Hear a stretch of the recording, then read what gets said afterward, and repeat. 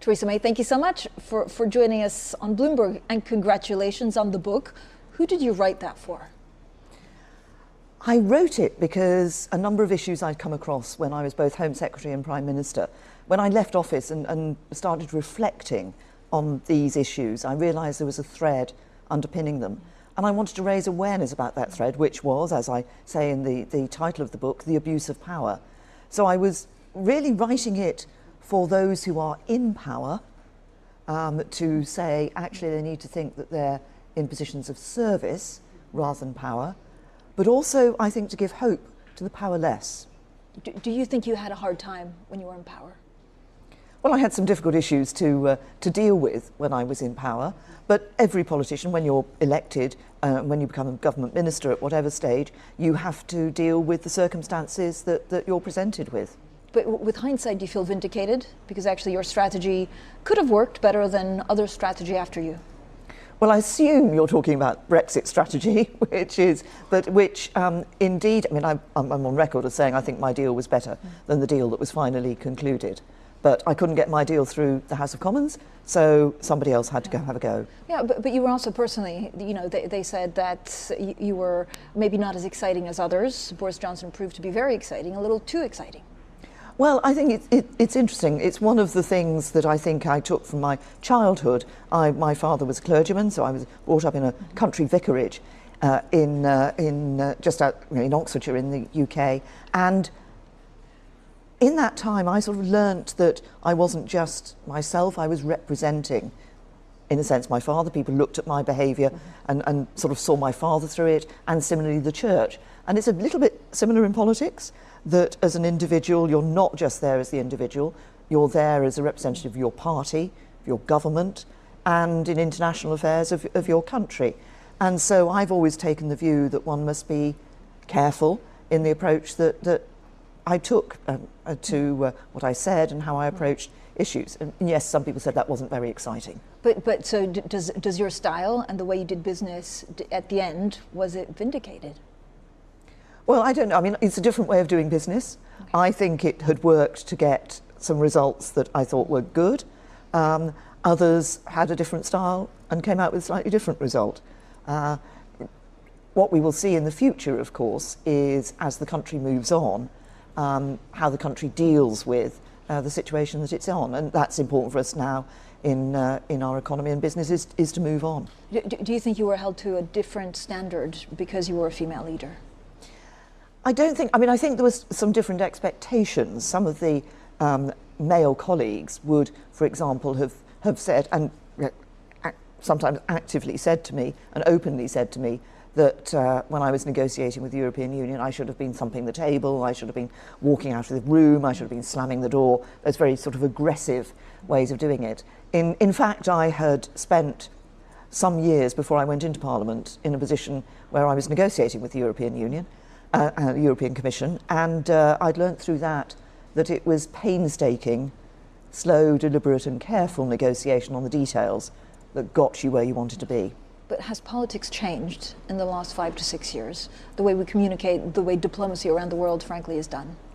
I think politics across the world has been changing in recent years. I say in the book, I think we live in a more absolutist world, a sense of you're either 100% with me or 100% against me. I think there are some in politics who find it difficult to accept the concept of compromise, whereas we know in politics, in business, in everyday life, sometimes you actually have to compromise. And I think there has been, in some senses, if you look at politics today, there's less respect than there has been in the past, perhaps a coarser debate. I don't think that's good, and I think sometimes that puts young people off. Which is not good for the future of our democracy. What's your biggest regret? Well, I have to say my biggest regret is not getting the deal I wanted to get through the House of Commons. And I think every Prime Minister leaves office feeling that there were things that they wanted to do. So some of the things I started have now been completed. I introduced a new Domestic Abuse Act, for example, which is now on the statute book. I did some work for a new Mental Health Act, which has not yet reached the statute book. We still have, that still has to be brought forward. So there are always things that if you'd had a little more time, you hope you would have completed. Did you feel at the time that the Brexiteers actually left it to the Remainers to get the job done because they didn't really have a blueprint of what they wanted? Well, ultimately, I think some of them found it difficult to think that a Remainer, because I'd voted Remain, could deliver Brexit for them. And so, therefore, obviously, after me, they went for Boris Johnson, who had led the Brexit campaign and was a Brexiteer. And during the debates and towards the end of my time, we saw sort of hardline Brexiteers looking for a very hard Brexit, hardline Remainers wanting a second referendum to stay in. And that's why Parliament couldn't come together. Do you think we'll ever get a second referendum? No, I think the decision has been taken. And I have always taken the view that if you ask the people their view and they give you their view, you should act on that. I think it was the democratic will of the people that we left the European Union. But I think now what we must be doing is saying, actually, we've done Brexit. Let's stop thinking of life in terms of Brexit. Let's move on and look for the future. The ex-M&S boss, Stuart Rose, says Brexit will be reversed within 20 years. Do you think that's possible? Well, I think a lot of people, when they look at that, are thinking of, if you like, the current circumstances of the European Union. Over the next 20 years, the European Union is going to change. Its structures will change, its membership will change. So it will be a different body. The UK will develop over that 20 years. If you look back, there's always been an issue, even since we first joined the common market as it was then. There's always been a slight concern in the UK, an island nation, about this sense of being sort of attached to a group in Europe, and that came to its head for a variety of reasons in the referendum. I think part of that was part of the wider political sense that we've had across the world of people feeling globalisation hadn't been working for them, some people had been left behind, and people in the UK wanted their politicians to change. But looking forward 5-10 years, could you see an arrangement where actually the two are closer together? Well, I think what we've already seen, for example, the UK negotiating to rejoin Horizon, Science, yeah. I think is a very good example of a recognition that sometimes there are things there that it's good to be part of, that in relation to the EU. And I think over time we will see those, a number of areas. There are some areas on the law enforcement side, which I recognised as Home Secretary, where I hope we'll be able to get greater access to some databases and things like that. But I think there's a recognition now of the need to sit down and say, well, what makes sense? Right, and what do you think makes sense? And again, depending on what happens at the next election, do you think that will again be on the table? If not another referendum, certainly closer business ties. I think over time governments will be looking to see what makes sense for economies on both sides, for the EU, but also for the UK economy and businesses in the UK as well. Do you ever regret making Boris Johnson your foreign minister? No, I was very clear when I set my cabinet that I needed to have a cabinet that was both Remainers and Brexiteers. The result of the referendum was clear, but it was close. And what I always wanted to do was to deliver Brexit, but a Brexit that recognised the concerns of the 48% who had voted to remain. Boris had led the Brexit campaign. I think therefore it was right that he was in the cabinet in a prominent role. We've had quite an eventful, let's call it that, 12 months in UK politics, in UK business and UK markets. Do you think things have stabilised after the mini-budget of last autumn? Yes, I think things have stabilised. I think Rishi, Jeremy Hunt being brought in as Chancellor, I think, was the first step, but Rishi taking over, obviously, as leader of the party and Prime Minister with Jeremy in number 11 has stabilised matters. I mean, it's been difficult for economies around the world with the impact of the pandemic, and, we're all still coming out of that. But I think, and what I see, and what I hope markets and businesses see, is a UK government that recognises the importance of sound public finance. If you look at the polls, is there any advice that you would give the current government to avoid a Tory wipeout at the next elections? I think what Rishi Sunak is doing, which is saying, I've identified priorities, the priorities of the British people, and I'm working hard to deliver on those, is what he should be doing, and I think he's doing the right thing. Obviously, in economic terms, inflation is critical. We have a generation now, I'm old enough to have lived through inflation in the 70s, but there's a generation now who haven't lived through higher interest rates and inflation. And it has been difficult for many. Many people are struggling in their day-to-day life and their day-to-day finances. Bringing that inflation down is important. Yeah, but what do you say to those voters that say, look, the Tories have had a good shot at this for a long time and it's just time for a change? What I say is, listen to the future that we want to create to ensure that the United Kingdom has. The future of jobs, future of prosperity, that is what we are looking to deliver. We've had these difficulties, pandemic hit economies, we're now stabilising that economy. And as you see from what, for example, Rishi is doing in terms of the AI conference, very much saying, what is the future? And how can we, the United Kingdom, be a good part of that future and encourage businesses in the UK to be part of that future? You were very deliberate and precise in your dealings with China. Should Rishi Sunak have flown to China, actually, in his first year in office?